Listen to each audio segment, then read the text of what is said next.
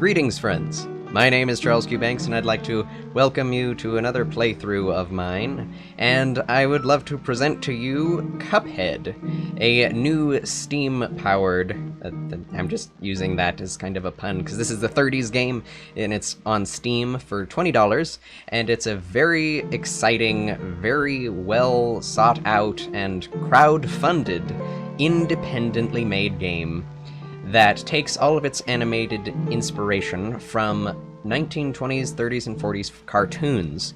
And as you can see, this is just has some beautiful art already. You haven't even seen any of it, but everyone's playing it on YouTube, and so I thought that I would as well, because when I saw that this was only $20 on Steam, I immediately was like, I'm buying that thing, because it has the principles of, like, really old games in it.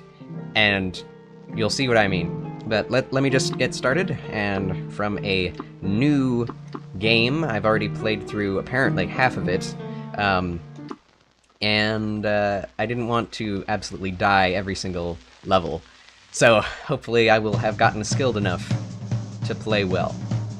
Here we have the old-style Disney, like, storybook style of storytelling. Storybook storytelling, that's pretty obvious. Okay, here we go. Once upon a time, in a magical place called Inkwell Isle, there were two brothers named Cuphead and Mugman. They lived without a care under the watchful eye of the wise Elder Kettle. One day, the two boys wandered far from home, and despite the Elder Kettle's many warnings, ended up on the wrong side of the tracks and entered the Devil's Casino. Inside, Cuphead and Mugman soon found themselves on a winning streak at the craps table. "Hot dog!" exclaimed King Dice, the casino's sleazy manager. "These fellas can't lose." "Nice run, boys," laughed a newcomer. The brothers gasped. It was the casino's owner, the devil himself. "Now, how about we raise the stakes?" he suggested with a toothy grin. "Win one more roll, and all the loot in my casino is yours," the devil boomed. "But if you lose, I'll have your souls. Deal?" Cuphead, blinded by easy riches, nodded and grabbed the dice for a throw. "Good gosh, Cuphead, no!" cried Mugman, for he understood the danger, but it was too late. "Snake eyes!" laughed the devil while slamming the floor. "You lose!" The brothers trembled in fear as he loomed over them. "Now about those souls." The brothers pleaded for their very lives. "There must be another way to repay you," Mugman stammered. "Yes, but please, mister," Cuphead added. Perhaps there is," the devil snickered, pulling out a parchment. "I have here a list of my runaway debtors. Collect their souls for me, and I just might pardon you two mugs." "Now get going," the devil roared, kicking the boys out most rudely.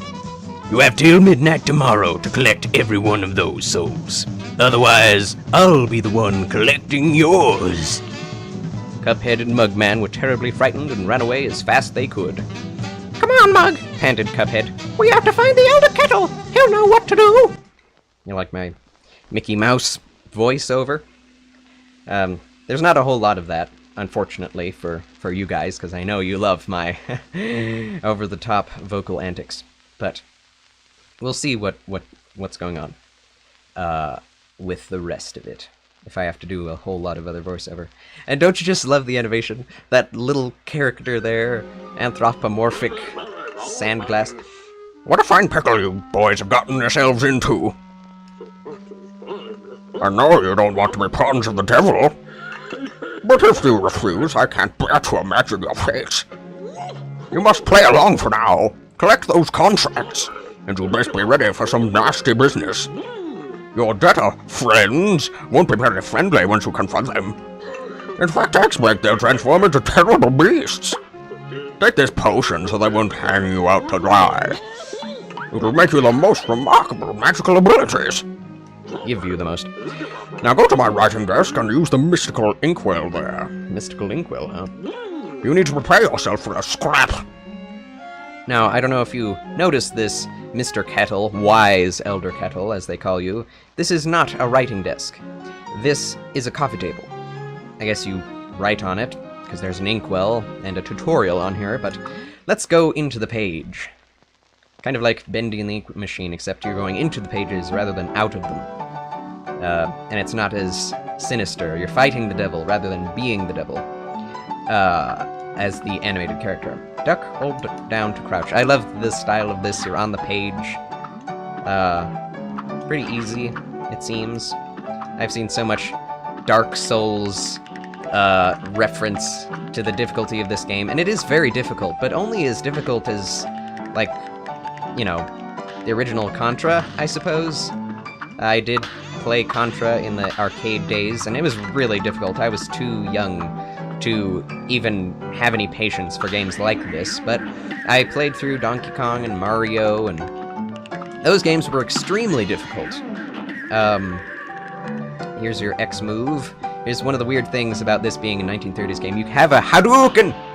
Or perhaps you can call it a Kamehameha wave, perhaps? But, you know, I don't remember any cartoons having those back in the 30s. So, that's the only kind of strange thing about it. But yeah, this is like my favorite character right here, is the Hourglass. And they all dance to a beat. Swing beat, it is. I love swing music. It's kind of jazzy. I don't mind jazz. You'll find a lot of really good music in this, too. It's amazing what they did with the crowdfunding. It was going to come out about a year earlier than it already did. Than it has. But they got so much funding, and just look at this, just beautiful hand-drawn stuff. They got so much crowdfunding that they were able to, you know, level up this game from just a boss rush game where you'd have level after level of just bosses, and made it so that there's this wonderful overworld and run-and-gun levels. Let's meet Mr. Applehead. Hi, fellas. Looks like you're in for it now, eh? Well, I used to be the same way. Always getting into trouble, running, jumping, shooting. But now I prefer just strolling around and going to the pictures. But hey, let me give you a hand. Take this. I received 3 gold coins. Okay, I have 3 gold coins. Let's go to the shop and spend them all, because we're very responsible young men, going to the Devil's Casino and all. Pork Rinds Emporium. This isn't your everyday Porky Pig. You'll see why I say that in a moment. Welcome. I love the the voiceover, because they distort it just enough to sound like the old, really bad recordings from the 30s. So, as always in every game, Dark Souls or otherwise, you want more hit points. That's what I'm going to get. That's all I can afford for now. You can get multiple shots and things. Goodbye. Yeah, I love this style. It's not my favorite, but the fact that they put so much love into this game and into the art style is very apparent, and I just love it. You got to equip those new purchases if you want to use them. Look at your equip card, ya bums. Thanks. I feel like becoming your friend. Not at all. Okay. Heart, extra hit point. Adds an additional hit point, but lightly weakens your attack power. That's concerning, because I think I overdid it in my last playthrough, and I think I screwed myself over for doing that. So where shall we go first? This little target in the middle of the floor? Let's do it. Forest Follies. There are some games and some movies that are meant to be old-timey that really go over the top, but this one is pretty darn authentic, and that's why I like it. I also like how smooth this game plays. You may not get that idea from watching this, because there's a slight frame rate drop from my recording to putting it on YouTube, and so you may not get that idea, but because everything looks just distorted because of the style of it, but it actually plays extremely smoothly, and I think that's something that, well, most games from the old times used to play very smoothly. That was the whole point, is to make sure that there was no drop in frames. But you know, even though it plays very smoothly, it's very easy to play this on just about any operating system. It just, you know, that has come out since 2000. Okay. That's what this game is about. It's about dodging and shooting. Well, there's tons of stuff on the screen, kind of like a bullet hell game. Anyone who plays bullet hell games will love this game, even though it's a platformer and boss rush game. Because it's still a boss rush game. There aren't that many of these platforming levels, but these levels are my favorite. Like, I'd rather there be the majority of levels in this style rather than a boss rush game. Because, truth be told, I'm really bad at fighting bosses. Even though I love games like this and like Dark Souls and oh my. This is a very tense game, if you cannot already see that. And I got to the end without dying! Hallelujah, bravo! And look at that light. It reminds me of like Sleeping Beauty or something. The art style.